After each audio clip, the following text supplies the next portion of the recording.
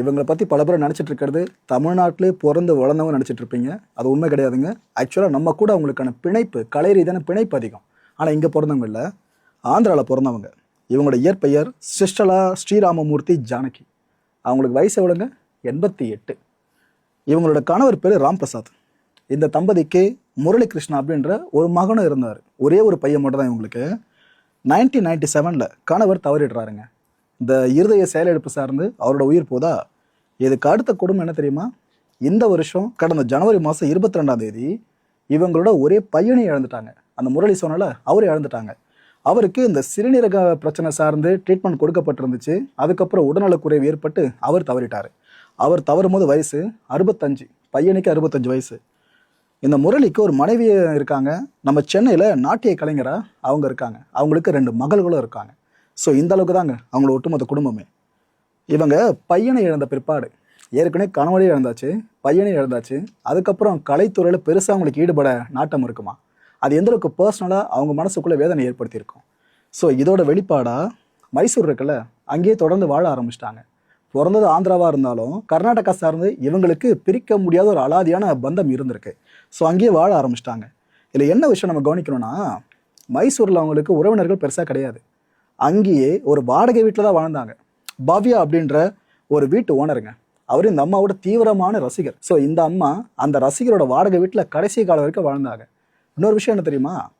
இந்த அம்மாவோட ஒட்டுமொத்த சொத்து மதிப்பு எடுத்துக்கிட்டீங்கன்னாக்கா ஏறக்குறைய ஒரு 537 கோடி ரூபாய் வரைக்கும் வரும்.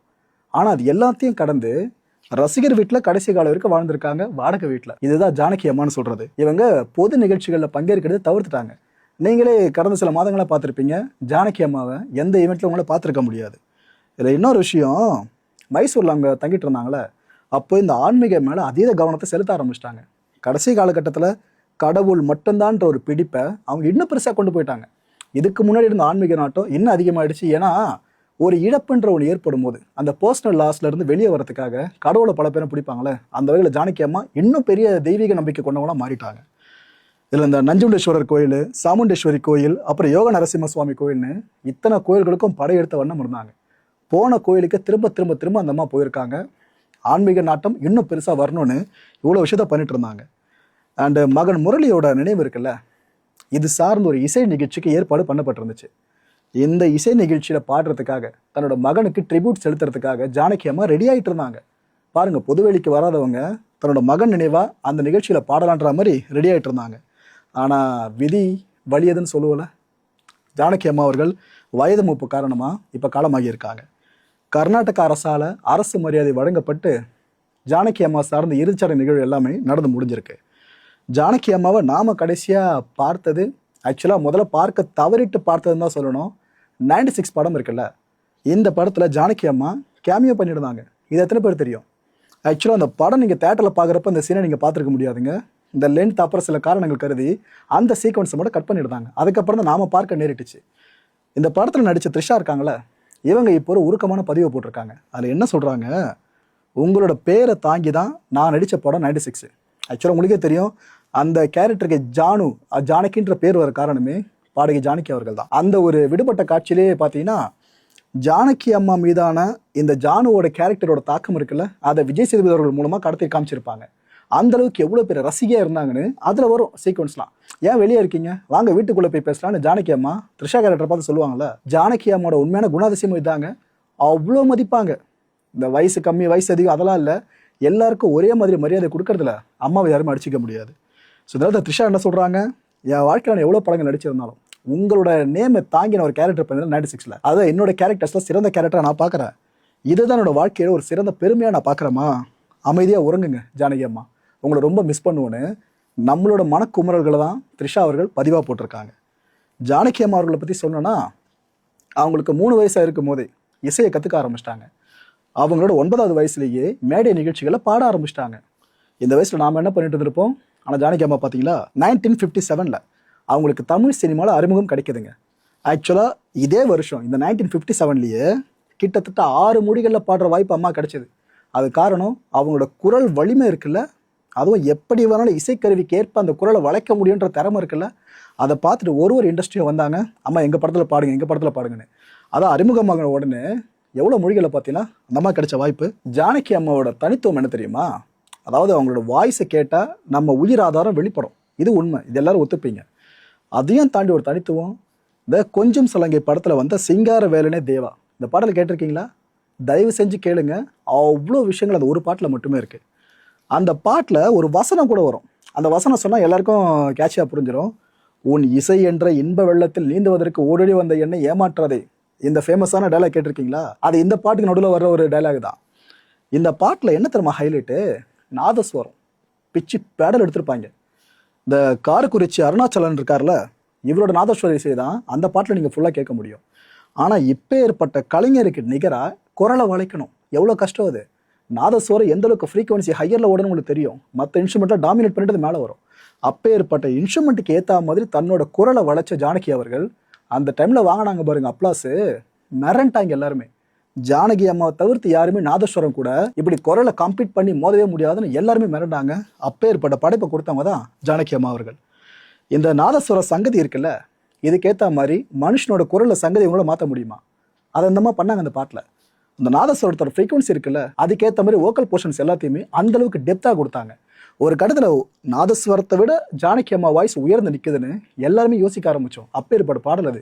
தயவு செஞ்சு அந்த பாடலை கேளுங்க மக்களே, அப்பதான் புரியும் உங்களுக்கு நான் எதுக்காக இந்த அளவுக்கு இப்படி பெருமையாக பேசிட்டு இருக்கேன்னு. ஆரம்பமே ஜானகி அம்மா பற்றி இண்டஸ்ட்ரி முழுக்க எல்லா இண்டஸ்ட்ரியிலையும் பேச ஆரம்பிச்சிட்டாங்களா, யாருங்க அது நாதஸ்வரத்தை பீட் பண்ணி ஒரு வாய்ஸ் வந்திருக்கு அப்படின்ட்டு ஒட்டுமொத்த சினிமா இண்டஸ்ட்ரீஸும் புரட்டி போட்டாங்க மக்களே. அதுலேருந்து இளையராஜா சார் அறிமுகமான மொதல் படம் என்ன படம், யாரும் மறந்துருக்க மாட்டோம், அன்னக்கிளி. இந்த படத்தில் வந்து எல்லா பாடல்களும் ஹிட்டு, ஆல்பமே ஹிட்டு ஃபர்ஸ்ட் படத்துலேயே. ஆக்சுவலாக இந்த படத்தில் அன்னக்கிளி உன்ன தேடுத பாடல் இருக்குல்ல, அதை பாடினது வேற யாரும் இல்லை, ஜானகி அம்மா தான். இந்த பாடல் மூலமாக இளையராஜா அவர்கள் தமிழ் சினிமாவோட தூணாக மாறினார்ல, அந்த தூணுக்கு மிகப்பெரிய அடித்தளமாக இருந்தது ஜானகி அம்மாவோட குரல் தான். அதில் மாற்றிருக்கிறதே கிடையாதுங்க. இதை ராஜா சாரே ஒத்துப்பார்னு நினைக்கிறேன். எனக்கு ரொம்ப ரொம்ப பிடிச்ச பாடல்னு கேட்டிங்கன்னா, ஊரு சனம் தூங்கிடுச்சுன்னு இந்த பாடல் மெல்ல திறந்தது கனவுல வரும். டெய்லி நான் ஒரு 10 வாட்டி போட்டு கேட்குற பாடலாம் இந்த பாடலை சொல்லுவேன். எவ்வளவோ இசைக்கலைஞர்கள் வந்துட்டாலும், பாடகர்கள் மாறிட்டாலும், இசையமைப்பாளர்கள் வந்தாலும், இசையோட ஒட்டுமொத்தமான ஸ்டைல் ஜான்ராவே மாறினாலும், இன்னும் நம்ம மனசில் இருக்க பாடல் எதுன்னு சொல்லலாம். என் மனசில் பர்சனலாக ரொம்ப ரொம்ப பிடிச்ச பாடல் இந்த பாடலில் காதல் சார்ந்த ஏக்கம் இருக்குல்ல, அதை குரல் மூலமாக வெளிப்படுத்த முடியுமான்னு கேட்டிங்கன்னா, ஜானகி அம்மா அந்த மேஜிக்கை இங்கே பண்ணியிருப்பாங்க. சங்கதிலாம் அவங்கள தவிர வேற பண்ண முடியாதுங்க. அந்தளவுக்கு இதில் ஒரு மைல் ஸ்டோனையே அவங்க செட் பண்ணி வச்சுருப்பாங்க. உயிரே படம் பார்த்துருப்பீங்க, அதில் நெஞ்சி நிலைன்னு ஒரு பாடல் வரும் பார்த்தீங்களா, அதை பாடுனது ஜானகி அம்மா தான். இந்த பாடலில் பார்த்தீங்கன்னா ஏ ரஹ்மான் சார் இதெல்லாம் நம்ம வோக்கல் போர்ஷனில் பண்ண முடியும் அப்படின்னு நினைப்பார்ல, ஒரு பவுண்டரி செட் பண்ணுவார், அதுவே ஹையராக இருக்கும். அதுக்கு மேலே ஒருத்தவங்களால பண்ண முடியும் அப்படின்னா, ஏ ரஹ்மான் சாரோட தாட் ப்ராசஸையும் தாண்டி ஒருத்தவங்க பண்ண முடியும் அப்படின்னா, அதை ஜானகி அம்மா இந்த பாடலில் பண்ணியிருந்தாங்க. பல்லவி சரணம் இந்த ரெண்டுத்துலேயும் சங்கதி ஜாலம் அதிவேகமாக மாறும், பட்டு பட்டு பட்டு இன்ஸ்டண்ட்டாக மாறிக்கிட்டே இருக்கும். அது எல்லாத்தையும் இங்கே மனசில் வச்சு டெலிவரி பண்ணுறதுலாம் சாதாரண விஷயமே இல்லைங்க. அதை ஜானகி அம்மா பண்ணாங்க இந்த பாடலில். இது ஒன்றுத்துல மட்டும் இல்லை, இப்படி ஒரு பாடல் ஜானகி அம்மா பாடினதும் நமக்கு அற்புதம் தான், அதிசயம் தான். ஆக்சுவலாக இந்த பாடலில் கூட இசை கருவிகள் இருக்குல்ல, ரஹ்மான் சார் பாடலில் இசை கருவிகள் எந்த அளவுக்கு டாமினேட்டாக இருக்குன்னு தெரியும். அது எல்லாம் தாண்டி ஒரு குரல் பளிச்சுன்னு அடிக்குது அப்படின்னா அது ஜானகி அம்மாவோட அந்த குரல் தான். கன்னட சினிமாவில் தான் ஜானகி அம்மா அதிகமான பாடல்களை பாடியிருக்காங்க. 1-2 17 மொழிகளில் தனிப்பாடல்களை பாடினது ஜானகி அம்மா தான். 48,000க்கும் மேற்பட்ட பாடல்கள். யாராவது வாழ்நாளில் பண்ண முடியுமா அந்த விஷயத்த மக்களே? 1-2 லெஜெண்டரி சிங்கர்ஸால் மட்டும் தான் இந்த சாதனை பண்ண முடியும். அந்த பட்டியலில் முக்கியமான இடத்துல இருக்கிறது அம்மா தான். சினிமா பாடல்கள், வானொலி சார்ந்து, இன்னும் நிறைய நிகழ்ச்சிகள் சார்ந்து 48,000க்கும் மேற்பட்ட பாடல்களை பாடியிருக்காங்க. தானே எழுதி இசையமைக்கவும் செஞ்சுருக்காங்க. ஜானகி அம்மா நல்ல பாடகையும் தெரியும். ஆனால் இந்த விஷயங்களும் நீங்கள் தெரிஞ்சுக்கணும்னு நினைக்கிற மக்களே, தமிழக அரசுக்கிட்ட கலைமாமணி பட்டத்தையும் ஜானகி அம்மா வென்றிருந்தாங்க. தமிழ்நாடு, கேரளா, ஆந்திரா, ஒடிஷான்னு இத்தனை கவர்மெண்ட்ஸ் கிட்ட இருந்து கிட்டத்தட்ட 32 விருதுகளை வாங்கியிருக்காங்க. இங்கே கலைமாமணி மாதிரி ஒட்டுமொத்தமாக சேர்த்து சொல்கிறேன். 1992 நம்ம இலங்கைக்கு ஜானகி அம்மா போகிறாங்க. அப்போது இந்த ஞானகான சரஸ்வதி அப்படின்ற பட்டம் அம்மாவுக்கு கொடுக்கப்படுச்சு. இந்த பட்டத்துக்கு இவங்களை விட தகுதியான ஒரு கலைஞர்னு நீங்கள் வேறு யாரும் சொல்ல முடியும்? 4 முறை தேசிய விருது வென்றவங்க ஜானகி அம்மா. ஒரு தேசிய விருதுன்றதே பல பேரோட வாழ்நாள் கனவாக இருக்கும். 16 வயது நிலை படத்துக்காக செந்தூர பூவை பாடல் பண்ணாங்களே, அதுக்கு தேசிய விருது. அப்புறம் மலையாள படமான ஓப்போவில் ஏற்றுமானூர் அம்பலத்தில் அப்படின்ற இந்த பாடல் பாடினதுக்கு ஒரு தேசிய விருது. தெலுங்குல சித்தாரா படம் வந்துச்சுல, இந்த படத்தில் வெண்ணொல்லோ கோதாரி அப்படின்ற இந்த பாடலை பாடினதுக்கு தேசிய விருது. 4வதா தேவர் மகன் படத்தில் இஞ்சி இடப்பழக பாடல் இருக்குல்ல, இதை பாடினதுக்கு தேசிய விருது. ஸோ அவங்க வாங்கின 4 தேசிய விருதுகளில் தமிழில் மட்டுமே 2 விருதுகளை வாங்கியிருக்காங்க. 2013 வருஷம் ஒரு மிகப்பெரிய அவேக்கனிங்க ஒட்டுமொத்த கலைஞர்களுக்கு கொடுத்த வருஷம்னு சொல்லலாம். பத்மபூஷன் விருது நம்ம ஜானகி அம்மாவுக்கு அறிவிக்கப்படுது. ஆனால் அம்மா என்ன தெரியுமா பண்ணிட்டாங்க? நோன்னு சொல்லிட்டாங்க. அந்த விருது வேண்டான்னு சொல்லிட்டாங்க. மக்களை எப்பேற்பட்ட விருது தெரியாது, இதை வேண்டான்னு சொல்லிட்டாங்க. என்ன காரணம்னா, அது என்னங்க, கலைஞர்களுக்கு, சாதிக்கிற கலைஞர்களுக்கு ரொம்ப தாமதமாக தான் அங்கீகாரம் கொடுப்பீங்களா என்ன? எனக்கு வேணாங்க அப்படின்ட்டாங்க. கொடுத்தா பாரத ரத்னா கொடுக்கட்டும் அப்படின்னு சர்க்காசமாக சொன்னாங்க அம்மா. இதுக்கு தகுதியானவங்களாம் கேட்டிங்கன்னா, என்னை பொறுத்தவரை நான் பர்சனலாக சொல்கிறேன் தகுதியானவங்க. நீங்கள் எப்படி நினைக்கிறீங்களோ, பட் என்னை பொறுத்தவரை தகுதியானவங்க தான். ஒன்று கொடுத்தா பாரத ரத்னா கொடுக்கட்டும், அப்படி இல்லைன்னா எனக்கு விருதுலாம் வேணாங்க, எனக்கு எந்த விருது மேலும் ஆர்வம் இல்லைன்னு சொல்லிட்டு என்னோட ரசிகர்களுக்காக தான் நான் பாடிக்கிட்டு இருக்கேன். அவங்கள விட பெரிய விருது எனக்கு வேற எதுவும் இல்லைன்னு சொன்னவங்க தான் ஜானகி அம்மா. வெறும் வார்த்தையாக சொல்லலை. கடைசி காலத்தில் வாடகை வீட்டில் வாழ்ந்தாங்கன்னு சொன்னல, அந்த வாடகை வீட்டோட ஓனர் இருக்கார் பாருங்க, அவரே அம்மாவோட தீவிரமான ரசிகர் தான். சொன்னதை செஞ்சுருக்காங்க பார்த்தீங்களா?